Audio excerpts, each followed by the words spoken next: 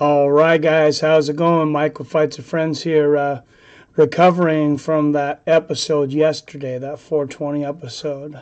And not to those of you that haven't seen it, not to press people, but I'm not keeping all that stuff up on there.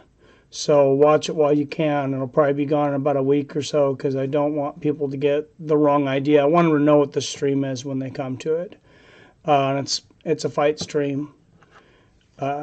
So I want them to see that it's Fights of Friends, especially when people are looking at me, for commentary and sponsors and things like that. So I'm sure everybody can understand that. If you didn't see everything, make sure go out and watch it. Please watch my long video. The last one's like 2 hours and 48 minutes. I think you'll be entertained.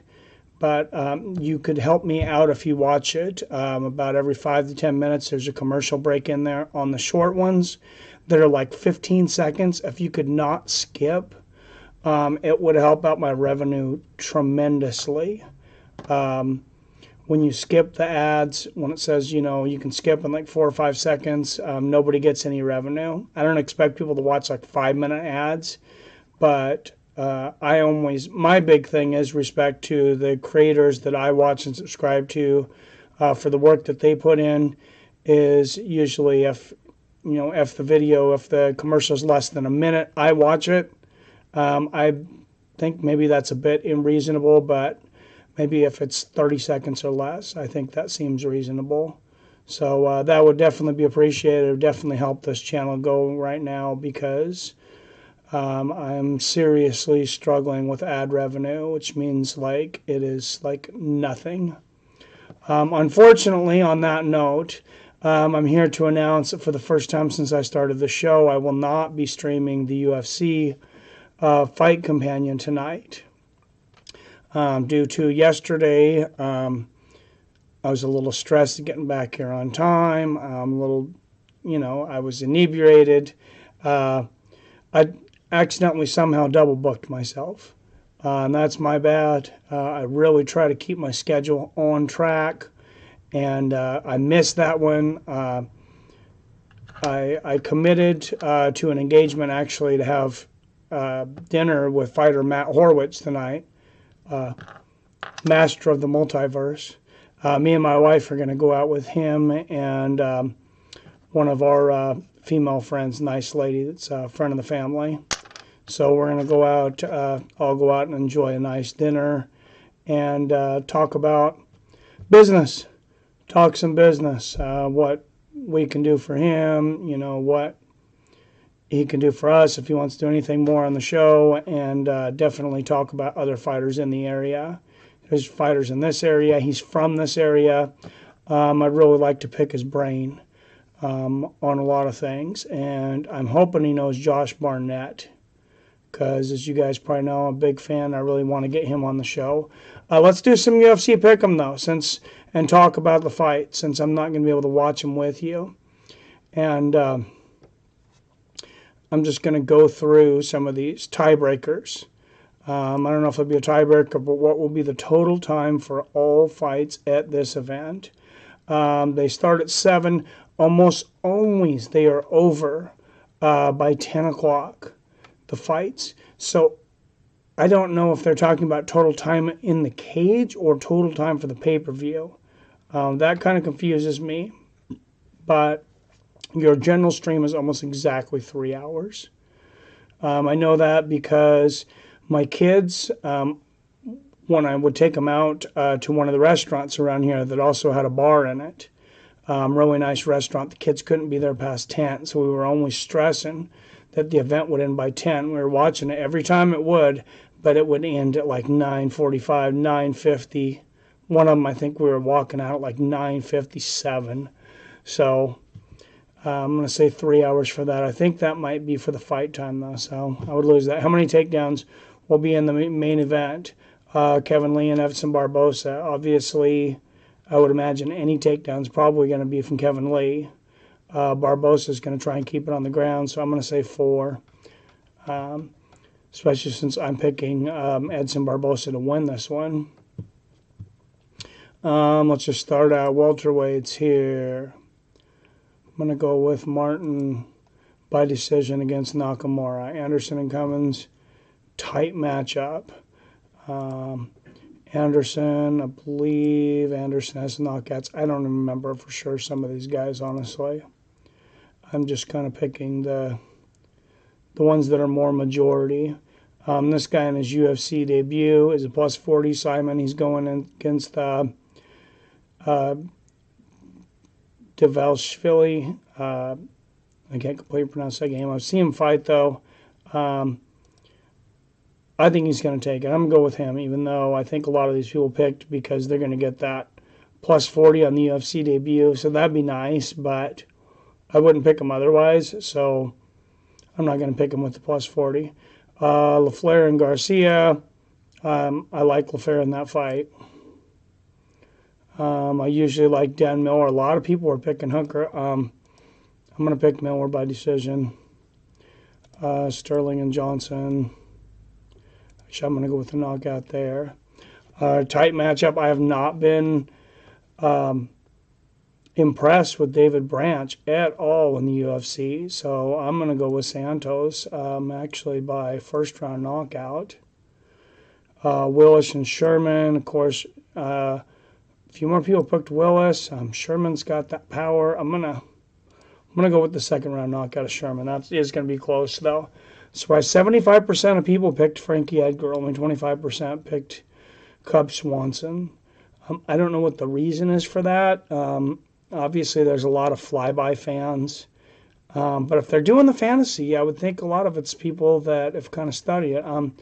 Edgar's a huge underdog on the cards. If you've seen, he's about a 2.5 to 1 underdog if you were betting, which is why I find it really surprising that 75% of people picked Edgar.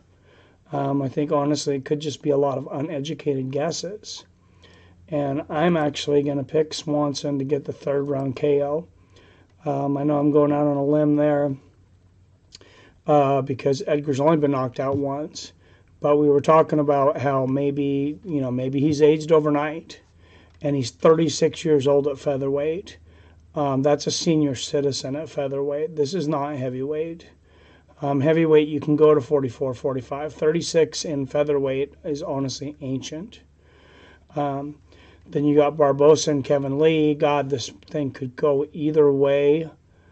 I've gone back and forth. This is a really hard fight to pick. Not just a winner, but how this is going to end, how these matchups are going to lay out. If Lee's going to set traps for him, as easy as Khabib took Barboza down, I don't think Lee's wrestling is anywhere near that. I think his striking is on par with Khabib, but it's not on par with Barboza at all. So I think over the brunt of it, I think Barboza gets him to stand up enough to catch him. And I'm going to go with Barboza in the fourth round knockout. Am I real sure about that one? It's pretty damn close. But, yeah, that's my picks. And like I said, for the main ones here, I don't like David Branch. I think he'll lose to Santos. I picked Sherman over Willis. Super close heavyweight bout.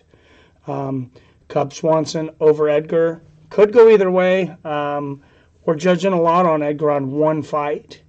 But another thing that I like to bring up, the fighters coming back from losses, especially devastating knockout losses that want to come back very, very quickly.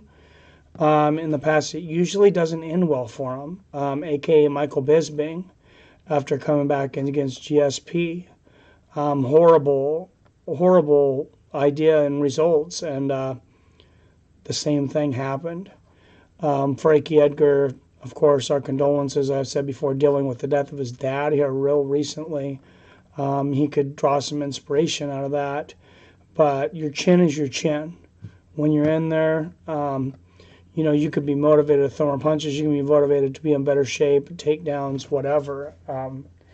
At the end of the day, no matter what you tell yourself, your chin is your chin. It's not going to get any stronger. And neither one of these guys seem to have any problems making weight. Cub Swanson was right on 145. Edgar was at 145.5. Of course, they have a 1 point, 1 point give, so he wasn't even close to that. It's pretty much right on. Kevin Lee and Edson Barboza, however, Kevin Lee was not right on. He was actually 2 full pounds over. Edson Barboza deciding to go forward at the fight. Edson Barboza, of course, will get 20% of Lee's purse. And I believe, I'm not positive, but I believe Lee may not be eligible for performance bonuses. I think that's changed back and forth a couple times. If anybody knows the answer to that, let me know down there. Let me know what your guys' thoughts are on the fights tonight, though. Who you think are going to win? Where you think I am on this? Please join us on UFC Pick'em. Me and Dutch Guy. It's just MMA. You can see it on the side here. MMA_newsroom or Fights of Friends. That's the leagues. And we're pretty much just playing event by event. So it doesn't matter. You can see I actually missed the last event because I completely forgot to put in my picks. But so we'll just go against each other event for event and give us some bragging rights. On another note, Leslie Smith was supposed to fight on this one. She's supposed to fight Aspen Ladd. And just like Kevin Lee and Barboza, Barboza had the right to not take the fight whatsoever. That's completely within his rights. Obviously, this big a magnitude, the main event, there's a lot of pressure on him to take the fight. So he took the fight. Leslie Smith did not feel the same way. Aspen Ladd came in 2.8 pounds over, 1.8 pounds over the allowance. And Leslie Smith, she's in the last fight of her UFC contract, so this is pretty gutsy. But she said, I don't want to take the fight. Aspen Ladd actually even offered her above and beyond. She said, since I'm 2.8 pounds over, basically 1.8 pounds over the differential instead of just 1 pound over, I'll give you another $5,000 on top of the 20%. Leslie Smith said no because she knew that if she refuses the fight, she's going to get show and win money. So Leslie Smith walking away with $62,000. She didn't do Aspen Ladd any favors. But Aspen Ladd didn't do her favors by not coming in shape and not coming in on weight. Do you guys think that's fair? What would you do in that point? Leslie Smith, it was the last fight in her UFC contract. Like I said, she's going to walk away with a $62,000 check. But it's already clear they're not going to re-sign her. I don't know if they were interested in re-signing her before, but after this, they're definitely not interested in re-signing her. So she's a free agent. The UFC informed her that they had no interest in signing her. So there could be a little bit of a backlash. It definitely didn't help her to refuse this fight in the last fight of her contract at the weigh-ins, but legally she was completely within her right. So take that, for what you will. I'm going to call here. So, we'll see what happens tonight. If Kevin Lee shows any, advantage from being 2 pounds bigger. I don't know that he will. I'm really surprised him missing his weight, though. He's never missed weight before. So I don't know what's going on. He said it just felt different. Well, as fighters get older, it feels different. It's a little harder to take that weight off. And you don't know when it's time to adjust sometimes, kind of like Michael Johnson, until it hits. Everything feels the same, and then all of a sudden you're not on weight.